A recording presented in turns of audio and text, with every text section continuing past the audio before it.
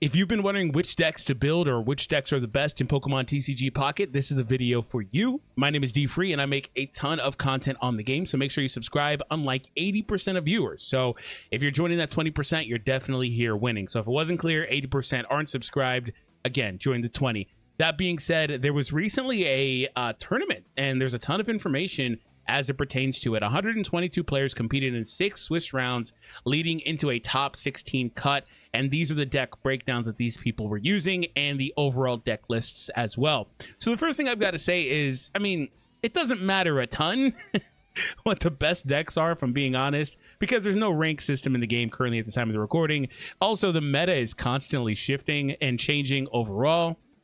And so this is a pretty fluid list, but this is a good example at what we've been seeing here. So let's take a look at it. So again, 122 players is not the craziest amount of players. It's not the biggest sample size. It's a good amount. Don't get me wrong. It's just there's going to be thousands and thousands and thousands of people that are playing this game. But regardless, let's see what we have here. So we had a number of interesting decks. So there was one entry of somebody using a Sandslash Dugtrio deck, one Wheezing Muck, one Gengar, one Melmetal, two Alakazams, 2 Arcanines, 2 Executors, 2 Machamps, 3 Dragonites, 4 Articunos, 4 Blaine decks, 4 Starmie decks, 5 Arbok decks, 6 Marowak decks, 8 Venusaur decks, and then the main majority of this is people using the 3 main starter decks, or 3 main booster pack starter Pokemon in decks. Starter should not be there, but the 3 main booster pack Pokemon in decks: Pikachu, Mewtwo, and Charizard. So you've got 20 Pikachus, 21 Charizards, and 34 Mewtwo's. And so that breaks down to 27%, basically 28% of the people that entered this felt really good with Mewtwo being it. So that is the majority of it. So let's see how this all broke down when they got into it. So the metagame, here's a look at it here. 7 Mewtwo, 4 Pikachu, 3 Charizard, and then 1 Articuno Greninja, and 1 Marowak. And here's a look at the top 8 places. So the first place deck was a Pikachu EX Pikachu / Raichu deck.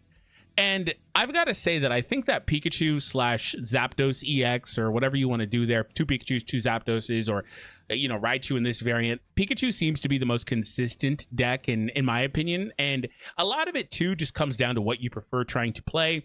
But there are going to be some staples in these decks, whether that's Sabrina or Giovanni or both. they are extremely strong in this game, in this current climate of the game right now. So keep that in mind. But these EX Pokemon that we are having are extremely strong as well. A trash truck is going by outside. My bad. And I thought that was really interesting. Again, when it came down to it, all of these fun decks on the side got eliminated by the other decks, and it went down to being a top 16 featuring 7 Mewtwo's, 4 Pikachus, 3 Charizards, 1 Articuno Greninja, and 1 Marowak. So all the fun decks on the bubble, like Starmie, which I think is pretty good, Arbok, all these fun decks kind of got eliminated. But Pikachu won first place. The funny thing is, Pikachu is it's in here several times in the top 8. So Pikachu deck number 2, second place Pikachu deck. No Raichu this time, but they're leaning into Pikachu and Zapdos variants. So they are also using some of the same supporter cards, Giovanni, Sabrina. At least one seems to be a staple in there. I really like X Speed, and I really like Red Card in the game in general, but especially in this deck with the way that this works. But this is a look at what you can be trying to build, especially as a new player when you are starting out, because largely you can largely build this deck just simply by pulling on the Pikachu deck or Pikachu pack. And so that opens up a whole other thing where it's like, when you first start, should you be pulling on one pack specifically? And I do think that you should pinpoint whatever you're trying to build and stick with that pack, and then eventually start bubbling out into the other packs as well. And I guess fanning out into the other packs as well. And the reason why is so you have more variety. But at the end of the day, if you can build a really good deck with just one pack, then you'd be all right. And these items, supports, whatever, they are typically easy to get. You can either... So like the supporter cards, they're going to be on different packs, the Sabrina, Giovanni, but you can go in there and buy them with the pack points. And I don't know that you can get them otherwise, but you can get them in the pack points. And then the other item cards you can get pretty easily from the shop. So there's that. But Pikachu won the top 2 spots. Mewtwo EX and Gardevoir. This is a really, really strong deck to play against if you've ever seen it. Mewtwo pops in with all that energy and he just blows stuff up. This is my favorite deck to run currently. And you know, the thing about these decks is that it does require 2 copies of the EXs to even run them typically speaking. I think that might have been why the Raichu player was using Raichu, but I think Raichu's a nice pivot, by the way, off of Pikachu, so Raichu's good. But they've got 2 Sabrinas, 1 Giovanni in here. Potion is a really strong card in this game.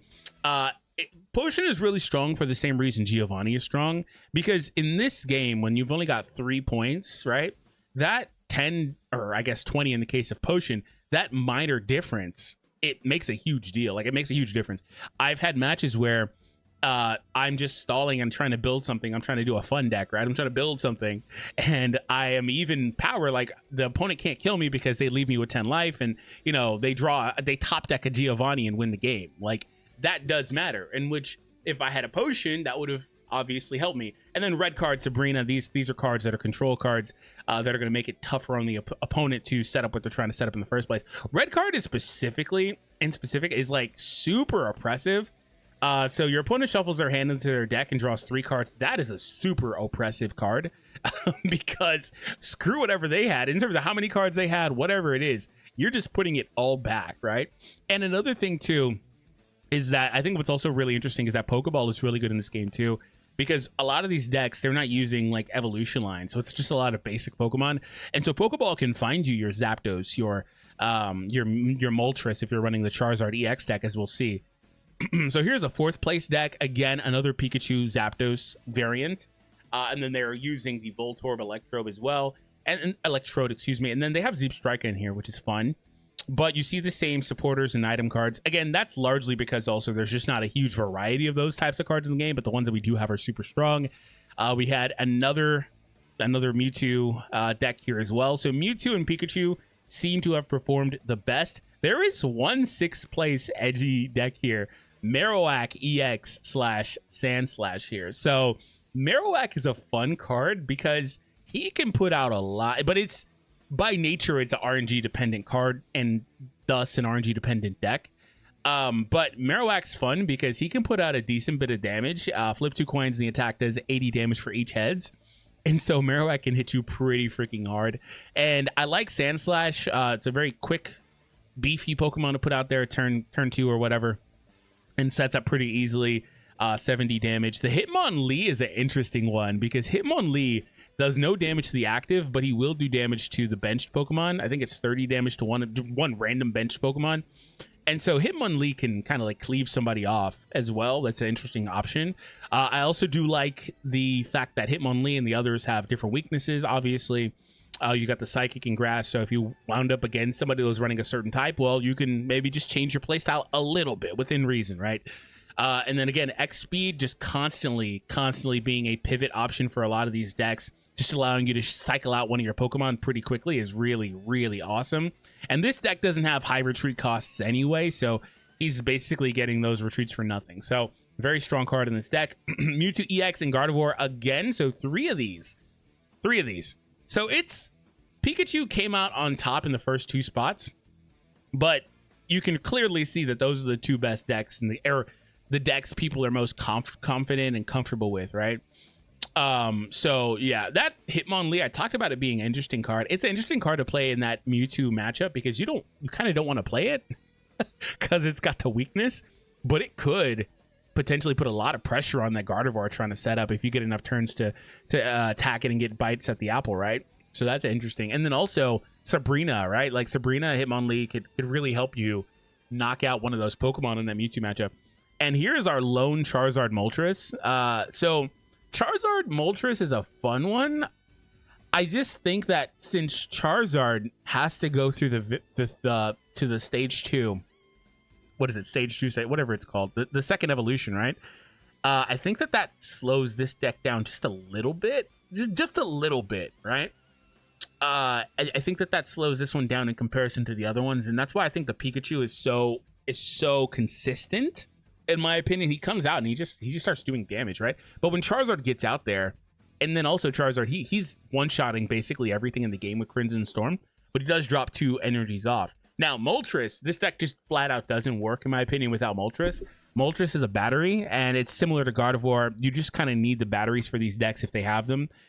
We're not really going to talk more about the items and supporters and stuff, but Moltres here, flip 3 coins, and then take an amount of fire energy from your energy zone equal to the number of heads and attach it to the benched Pokemon in any way you like. So yeah, that can really get you going. Really can get you going. I haven't really mentioned the Vulpix and Ninetales line here. Ninetales is similar to Sandslash, a little bit different, does more damage at the cost of an energy, has a little bit less life, but Ninetales can come in and do a lot of damage. 90 basically on the second turn again with the second fire energy is really, really good. You know, one thing that we noticed is that, or that I noticed, is that there was also not any mixed type decks. I think with the way that the decks are built, 20 cards only, the way that the energies work, because they pop up based on the deck that you have built, right? Like, you're not really going to spawn other energies that don't fit what you're trying to do. I don't know that dual element or type decks will really take off anytime soon in this game. That's one thing I would consider. I don't know if those decks will really take off anytime soon, because they just feel like the game, the way it's designed with its limitations in terms of trying to make it a faster paced game, you know, it just probably isn't going to be great. I'm not super competitive in the actual TCG line anymore. I haven't been since a few years now, probably about 3 or 4 years now. Last time I really was in hardcore was when Rayquaza, I just say Rayquaza. EX was really dominant. Anyway, so yeah, I will say that the guy trying to run Greninja Articuno is a fun deck. That's a fun deck, like, conceptually. I think that's a really fun one to try out. But what did you take away from this? I think that one thing to consider too is Starmie. Starmie didn't make it into the top 16, top 8. It got eliminated pretty early. There was only one Starmie though, right? 4 Starmies. Okay, they all got bounced. And so Starmie's strong, but I can say that with the flat amount of Pikachu decks here, that if you ran into a Pikachu, you probably just lost. I think just for that overall deck, you might have just lost overall. By the way, I just remembered I said EX Rayquaza. I meant GX. Anyway, so yeah, I think that is kind of one of the things too about that deck. It's strong, but if you run into, the game is largely just matchup based though, right? So it is what it is. But at the end of the day, this is pretty much all Pikachu and Mewtwo's. They take up 6 of the 8 top 8 spots out of a good number of players competing. So what did you guys take away from this? Post it down below. Last thing I'll say is that you can, like I said earlier, go to largely one booster pack and build these decks and you'd be fine. So that's the good news, right? All right, guys, thank you for tuning in. I'll see you all in the next one.